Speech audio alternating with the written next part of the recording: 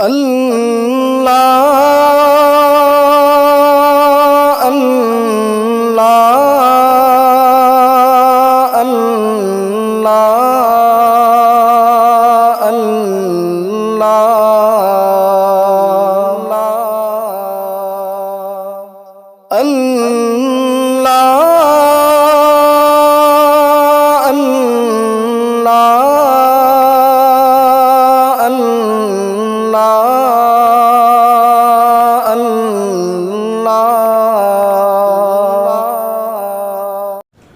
ناظرین گرامی، السلام علیکم ورحمۃ اللہ وبرکاتہ۔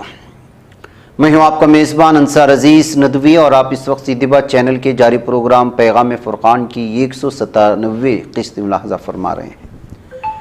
ناظرین گرامی، جیسا کہ آپ جانتے ہیں کہ ادھر کچھ مہینوں سے ہم نے یہ سلسلہ روکے ہوا تھا کچھ وجوہات کی وجہ سے۔ اب دوبارہ درس قرآن کا یہ سلسلہ، پیغام فرقان کا یہ سلسلہ آغاز ہونے جا رہا ہے۔ آئیے سب سے پہلے جو گزشتہ قسط ہماری تھی وہ 196 کی قسط تھی، اور اسی کو ترتیب وار آپ دیکھتے چلیں تو اب سورہ بقرہ کی 2 آیات یعنی 248 اور 249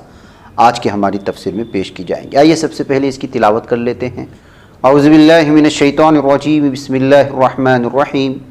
وقال لهم نبيهم ان آیۃ ملکہ ان یأتیکم التابوت فیہ سکینۃ من ربکم وبقیۃ مما ترک آل موسیٰ وآل ہارون تحملہ الملائکۃ ان فی ذلک لآیۃ لکم ان کنتم مؤمنین فلما فصل طالوت بالجنود قال ان اللہ مبتلیکم بنہر فمن شرب منہ فلیس منی ومن لم یطعمہ فإنہ منی الا من اغترف غرفۃ بیدہ فشربوا منہ الا قلیلا منہم فلما جاوزہ هو والذین آمنوا معه قالوا لا طاقة لنا اليوم بجالوت وجنوده قال الذین یظنون انہم ملاقو اللہ کم من فئة قلیلة غلبت فئة کثیرة بإذن اللہ واللہ مع الصابرین۔ یعنی ان کے نبی نے ان کو یہ بھی بتایا، طالوت کی بادشاہی کی علامت یہ ہے کہ ان کے عہد حکومت میں وہ صندوق تمہیں واپس مل جائے گا جس میں تمہارے رب کی طرف سے تمہارے لیے سکون قلب کا سامان ہے، جس میں آل موسیٰ اور آل ہارون کے چھوڑے ہوئے تبرکات ہیں۔ اس صندوق کو فرشتے اٹھا لائیں گے، اگر تم مؤمن ہو تو یہ تمہارے لیے بہت بڑی نشانی ہے۔ پھر جب طالوت لشکر لے کر چلا تو وہ لشکر سے مخاطب ہوا، دیکھو اللہ ایک نہر کے ذریعے تمہاری آزمائش کرنے والا ہے،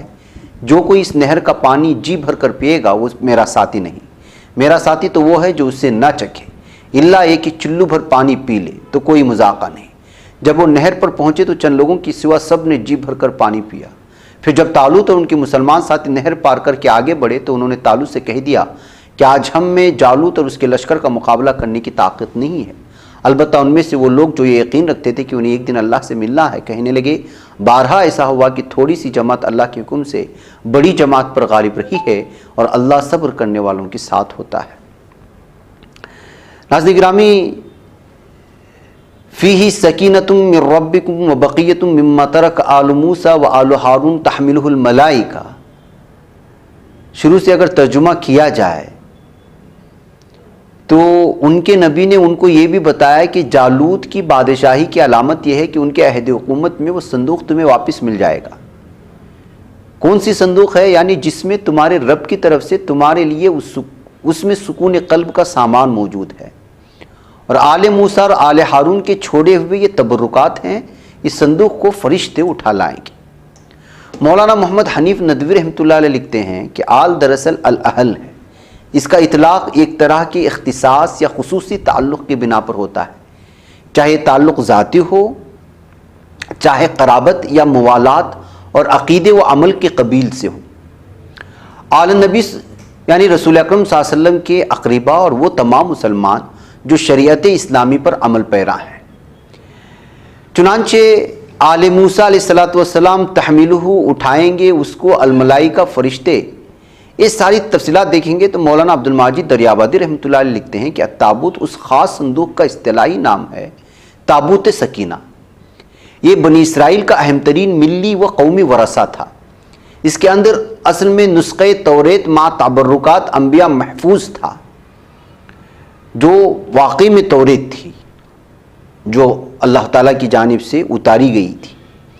اسرائیلی اس کو انتہائی برکت و تقدیس کی چیز سمجھتے تھے اور اس کے ساتھ برتاؤ انتہائی احترام کا رکھتے تھے۔ سفر و حضر، جنگ و امن، ہر حال میں اسے بڑی حفاظت سے اپنے ساتھ رکھتے۔ یہ کچھ ایسا بڑا نہ تھا۔ موجودہ علماء یہود کی تحقیق کے مطابق اس کا طول 2.5 فٹ، بلندی 1.5 فٹ اور عرض بھی، اور اس کی چوڑائی بھی 1.5 فٹ اور اسی طرح سے 1.5 فٹ چاروں طرف سے جو ہے بٹی ہوئی تھی۔ بنی اسرائیل اپنی ساری خوشبختی اس سے وابستہ سمجھتے تھے۔ مولانا امین حسن اصلاحی رحمۃ اللہ علیہ لکھتے ہیں، سکینہ کے معنی اطمینان، قرار اور حوصلے کے ہیں، بالخصوص وہ اطمینان و حوصلہ جو پرخطر حالات اور جنگ کے مصائب میں آدمی کے عزم کو قائم رکھے۔ مثلاً 48ویں سورہ فتح کی 4 آیت میں ارشاد فرمایا گیا، هو الذی انزل السکینۃ فی قلوب المؤمنین لیزدادوا ایمانا مع ایمانہم، یعنی وہی ہے جس نے مومنوں کی دلوں میں عزم و اطمینان اتارا تاکہ وہ ایمان کے ساتھ مزید ایمان کا اضافہ کر سکے۔ اس تابوت کے ساتھ بنی اسرائیل کو جو والہانہ عقیدت تھی اور اس کا وہ عزت و احترام کرتے تھے، اس کا ایک خاص پہلو یہ بھی ہے کہ مصائب و مشکلات اور میدان جنگ میں ان کے حوصلے، موریل کو قائم رکھنے میں اس کا سب سے زیادہ دخل تھا۔ صاحب تدبر قرآن فرماتے ہیں کہ ان کے نزدیک اللہ تعالیٰ کا نام اور اس کا کلام مسلمان کے لیے ہمیشہ رحمت اور سلامتی کا باعث ہوتا ہے، بشرطے کہ ان کا ایمان و یقین قوی اور مضبوط ہو اور اللہ تعالیٰ کے کلام پر دل و جان سے عمل پیرا ہوں، جیسا کہ قرآن حکیم میں 10ویں سورہ یونس کی آیت نمبر 57 میں ارشاد فرمایا گیا، یا ایھا الناس قد جاءتکم موعظۃ من ربکم وشفاء لما فی الصدور وہدی ورحمۃ للمؤمنین، یعنی اے لوگوں، تمہارے پاس تمہارے پروردگار کی طرف سے قرآن کی شکل میں پند و مواز ہے، دلوں کی بیماریوں کی شفا اور اہل ایمان کے لیے ہدایت و رحمت کا مجموعہ آ گیا ہے۔ اس طرح بنی اسرائیل کے لیے تابوت، جس میں تورات تختیوں پر لکھی ہوئی تھی، ان کے رب کی طرف سے سکینت و طمانینت کا باعث تھی۔ اس کی باقی تعلیمات کے صلے میں جنگ کے وقت ان میں جوش و ولولہ اور استقلال و ثبات قدم پیدا ہوتا اور اپنی تمام تر قوت جنگ میں صرف کرتے، پورے عزم و ہمت سے لڑتے اور فتح یاب ہو کر لوٹتے۔ حافظ صلاح الدین یوسف رحمۃ اللہ علیہ لکھتے ہیں، یہ تابوت ان کے دشمن ان سے چھین کر لے گئے تھے، جن سے وہ شکست خوردہ اور پست ہمت ہو گئے تھے۔ اللہ تعالیٰ نے نشانی کے طور پر تابوت فرشتوں کے ذریعے سے حضرت طالوت کے ذریعے پر دروازے پر پہنچا دیا، جسے دیکھ کر بنو اسرائیل خوش بھی ہوئے اور اسے طالوت کی بادشاہی کے لیے من جانب اللہ نشانی بھی سمجھا، اور اللہ تعالیٰ نے بھی ان سے ان کے لیے اعجاز کہا، ان فی ذلک لآیہ، اور فتح و سکینت کا سبب قرار دیا۔ سکینت کا مطلب ہی اللہ تعالیٰ کی طرف سے خاص نصرت کا ایسا نزول ہے جو اپنے خاص بندوں پر نازل فرماتا ہے، اور جس کی وجہ سے جنگ کی خونریز معرکہ آرائیوں میں جس سے بڑے بڑے شیر دل بھی کانپ اٹھتے ہیں، اہل ایمان کی دل دشمن کے خوف اور ہیبت سے خالی اور فتح و کامرانی کی امید سے لبریز ہوتے ہیں۔ آگے فرمایا گیا، ان فی ذلک لآیۃ لکم ان کنتم مؤمنین، یعنی بے شک اس میں تمہارے لیے نشانی ہے اگر تم ایمان والے ہو۔ انا کے معنی آتے ہیں بے شک،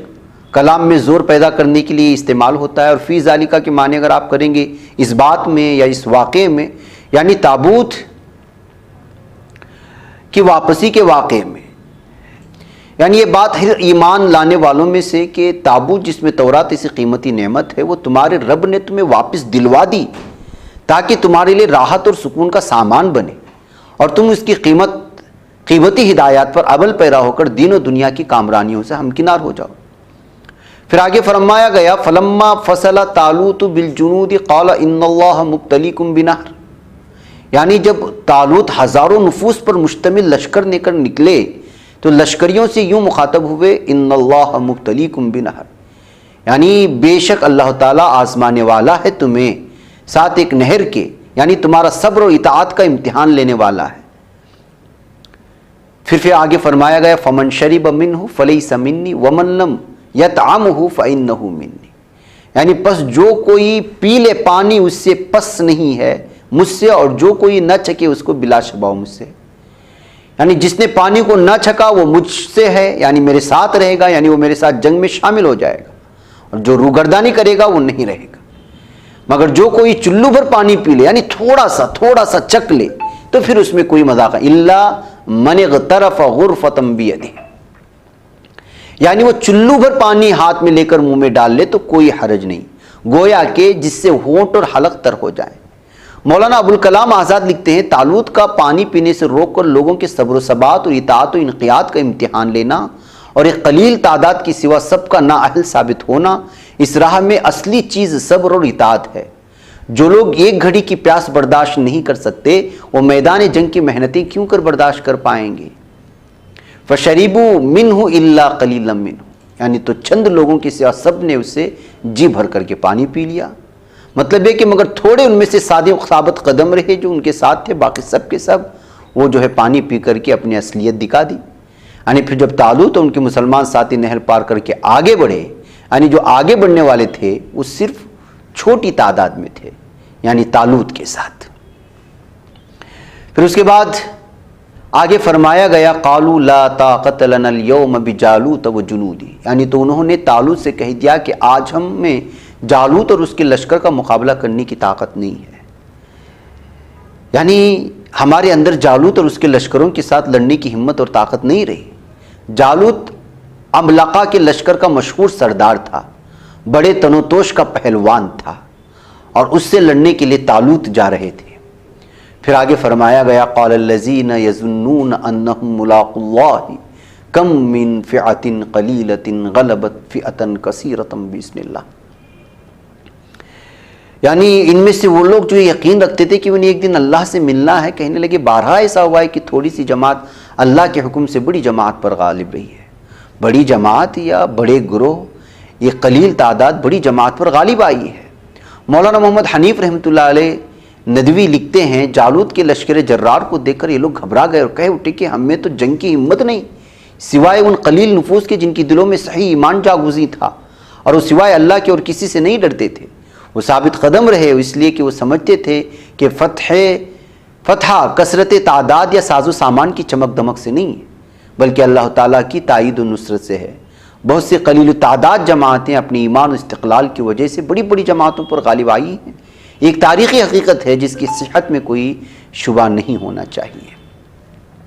جنگ بدر اس کی بہترین مثال ہے، اور آج کل بھی ہم اس کی مثالیں دیکھ رہی ہیں۔ واللہ مع الصابرین، آخر میں فرمایا گیا کہ اللہ صبر کرنے والوں کے ساتھ ہے۔ آیت مبارک کی حکمت و بصیرت پر اگر نظر ڈالی جائے ناظرین گرامی، اللہ کی کتاب ان کے لیے باعث طمانینت و سکینت ہوتی ہے جو اس کی دل و جان سے قدر کرتے ہیں اور اس کے حکام پر عمل پیرا ہو جاتے ہیں۔ صبر و ثبات اور اطاعت و انقیاد ہی وہ شاندار اصول ہے جن سے زندگی کے بلند مقاصد حاصل کیے جا سکتے ہیں۔ کتنی ہی چھوٹی جماعتیں ہیں جو بڑی جماعتوں پر غالب آ جاتی ہیں، اور کتنی بڑی جماعتیں ہیں جو چھوٹی جماعتوں سے شکست کھا جاتی ہیں۔ فتح و شکست کا دار و مدار افراد کی کثرت و قلت پر نہیں بلکہ دلوں کی قوت پر ہے، اور اللہ کی مدد انہی لوگوں کا ساتھ دیتی ہے جو صابر اور ثابت قدم ہوتے ہیں۔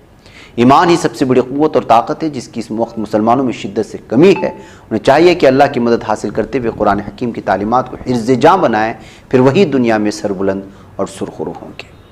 ناظرین وقت ہو چلا ہے، مجھے اجازت دیں۔ السلام علیکم ورحمۃ اللہ وبرکاتہ۔